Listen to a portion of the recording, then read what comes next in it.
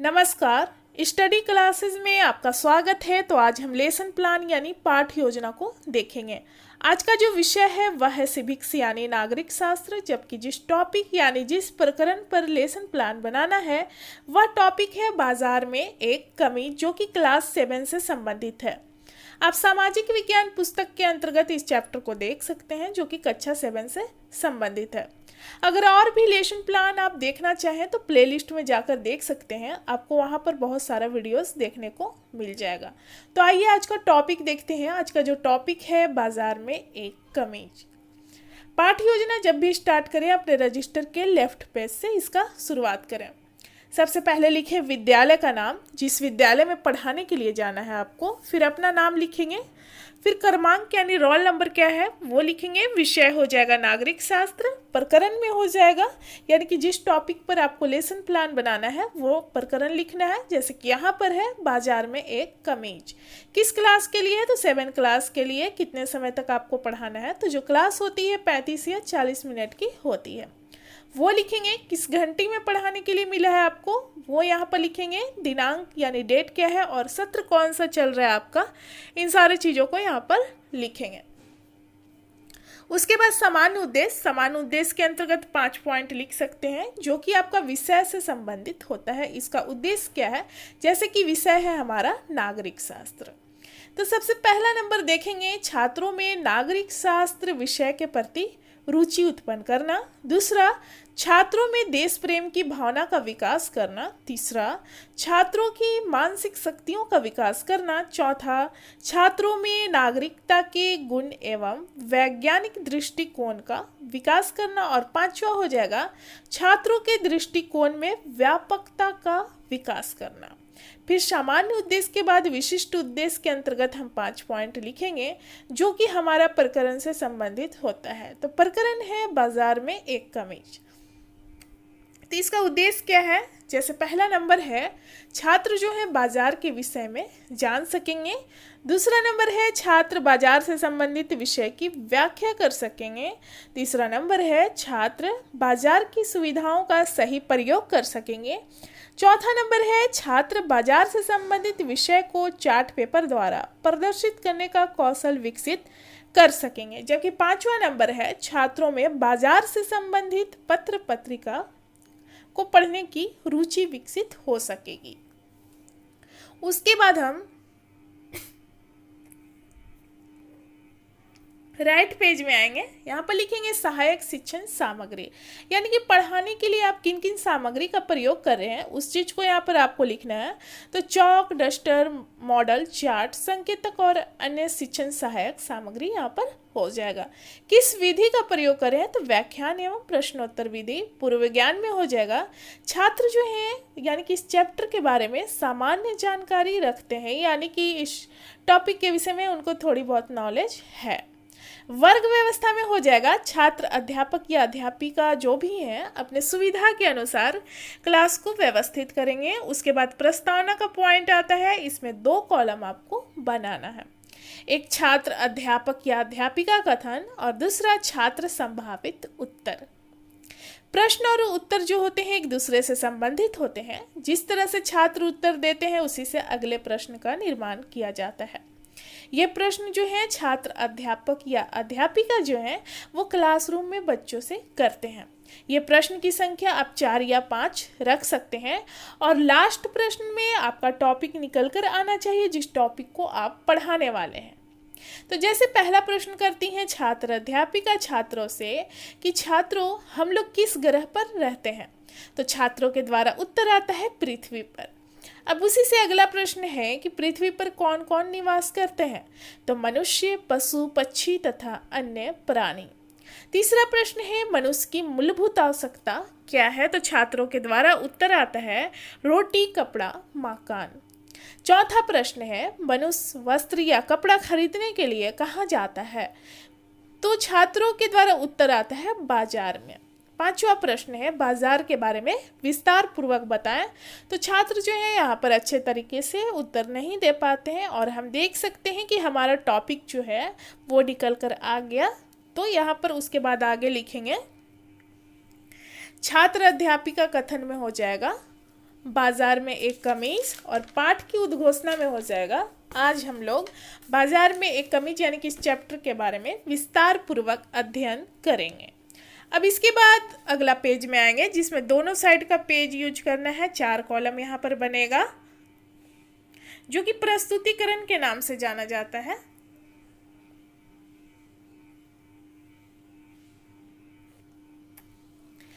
पहला कॉलम जो है शिक्षण बिंदु, यानी कि चैप्टर से आपको पॉइंट उठाना है और उस पॉइंट को आप एक्सप्लेन करेंगे, क्लासरूम में बच्चों को समझाएंगे, तो उसको हम दूसरे कॉलम में लिखेंगे छात्र अध्यापक या अध्यापिका क्रियाशीलता में। और तीसरा कॉलम है छात्र क्रियाशीलन, यानी कि छात्रों का व्यवहार किस तरह का रहेगा क्लासरूम में, किस प्रकार उत्तर देंगे, उसको तीसरा कॉलम में लिखना है। और चौथा कॉलम जो है वो है श्याम पटकार यानी कि ब्लैक बोर्ड वर्क। तो यहाँ पर जिस तरह से आप बच्चों को क्लासरूम में पढ़ाते हैं, ब्लैक बोर्ड यूज करते हैं समझाने के लिए, उसी तरीके से आपको लिखना है। यहाँ पर आप चाहे तो ब्लैक चार्ट पेपर यूज कर सकते हैं चौथे कॉलम में। तो शिक्षण बिंदु के अंतर्गत हम पहला पॉइंट को देखेंगे, इस पेज में 2 पॉइंट को देखेंगे और अगले पेज में 2 पॉइंट को देखेंगे। शिक्षण बिंदु के अंतर्गत आप पॉइंट 3 या 4 रख सकते हैं।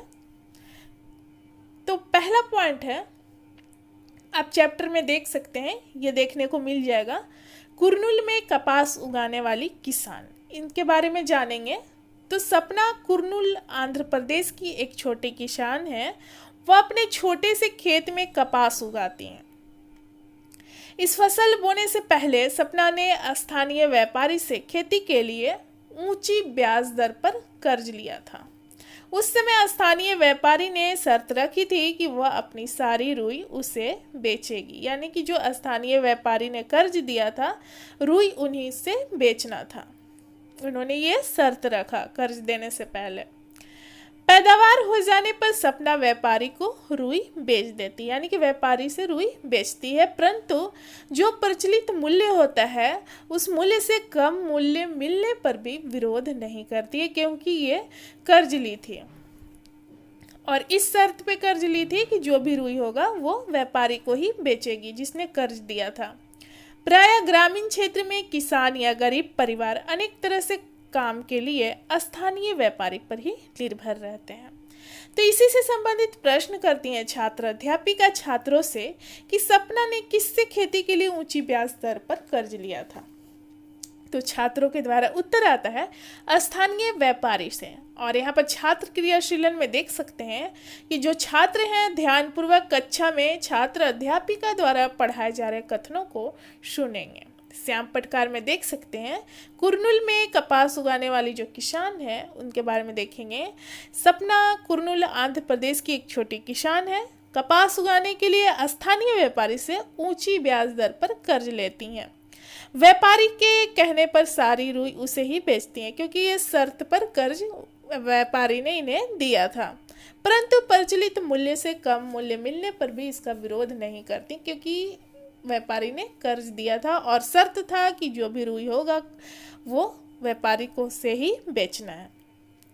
दूसरा शिक्षण बिंदु हम देखेंगे इरोड का कपड़ा बाजार।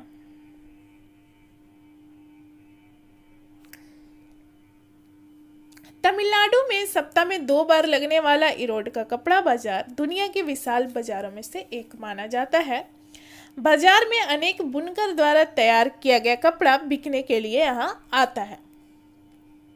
बहुत सारे बुनकर ऐसे होते हैं जो व्यापारी के ऑर्डर के अनुसार कपड़ा बनाते हैं। व्यापारी सूत खरीदकर बुनकर को देते हैं और कपड़ा तैयार करने का निर्देश देते हैं।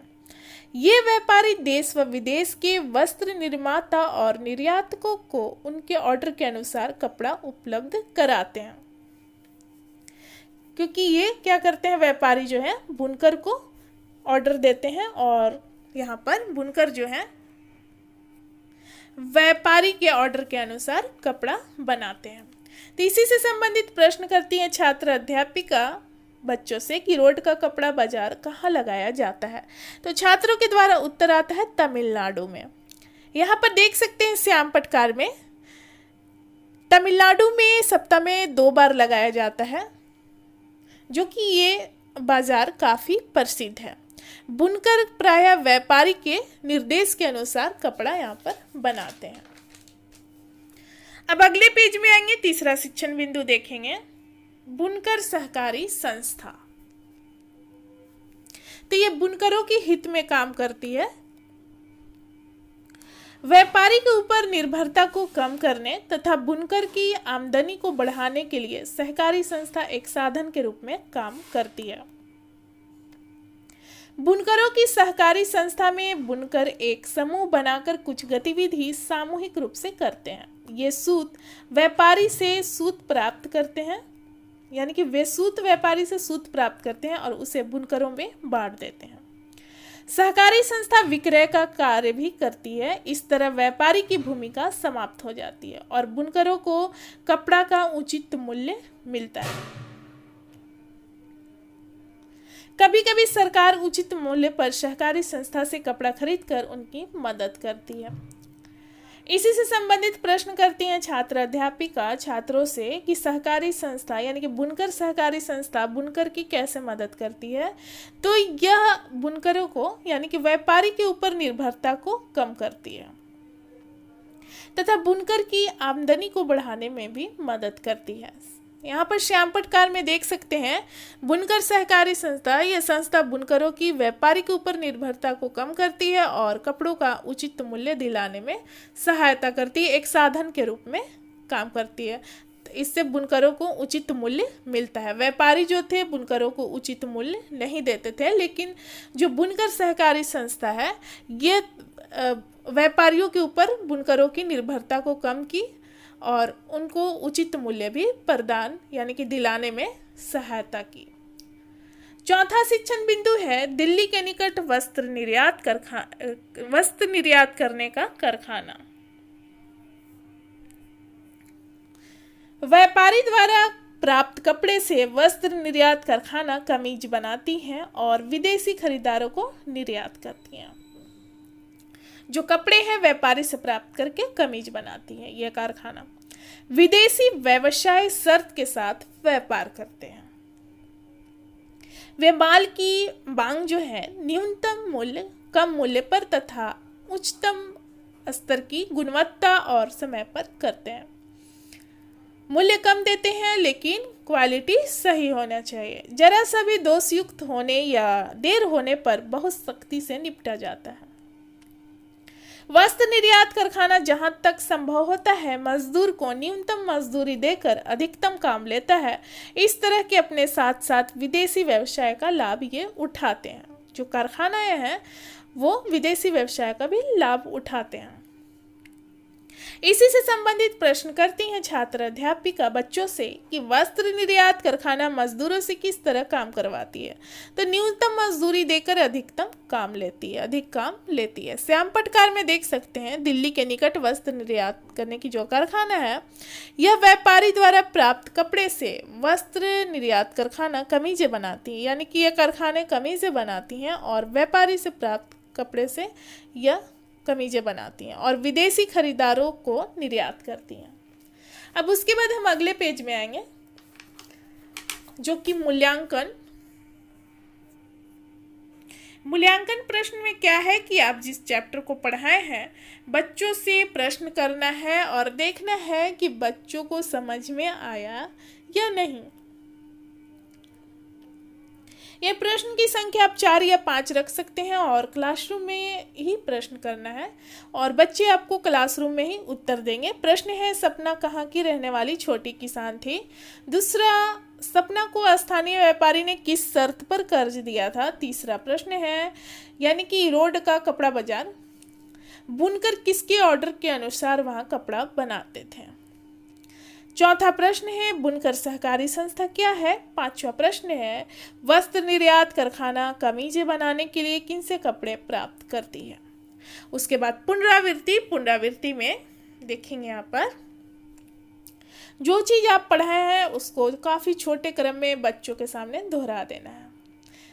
पॉइंट है सपना कुर्नूल आंध्र प्रदेश की एक छोटी किसान थी जो अपने छोटे से खेत में कपास उगाने के लिए स्थानीय व्यापारी से ऊंची ब्याज दर पर कर्ज लेती है। दूसरा पॉइंट है, तमिलनाडु में सप्ताह में 2 बार लगने वाला इरोड का कपड़ा बाजार दुनिया के विशाल बाजारों में से एक माना जाता है। तीसरा पॉइंट है, बुनकर सहकारी संस्था बुनकर की आमदनी बढ़ाने तथा कपड़ों को कपड़े का जो उचित मूल्य होता है दिलाने में साधन का काम करती है। और बुनकर जो है उनका व्यापारी पर निर्भरता भी कम हो जाता है, वह व्यापारी पर निर्भर नहीं रहते हैं। चौथा पॉइंट है, वस्त्र निर्यात कारखाना कमीजें बनाने के लिए व्यापारी से कपड़े प्राप्त करती है। उसके बाद गृह कार्य यानी कि होमवर्क, तो प्रश्न की संख्या आप 2, 3 रख सकते हैं। तो पहला प्रश्न है, इरोड का कपड़ा बाजार का वर्णन करें। दूसरा प्रश्न है, बुनकर सहकारी संस्था क्या है। तो यहाँ पर देख सकते हैं जो लेसन प्लान यानी पाठ योजना है यहाँ पर समाप्त होता है। मिलते हैं अगले लेसन प्लान यानी अगले वीडियो में। धन्यवाद।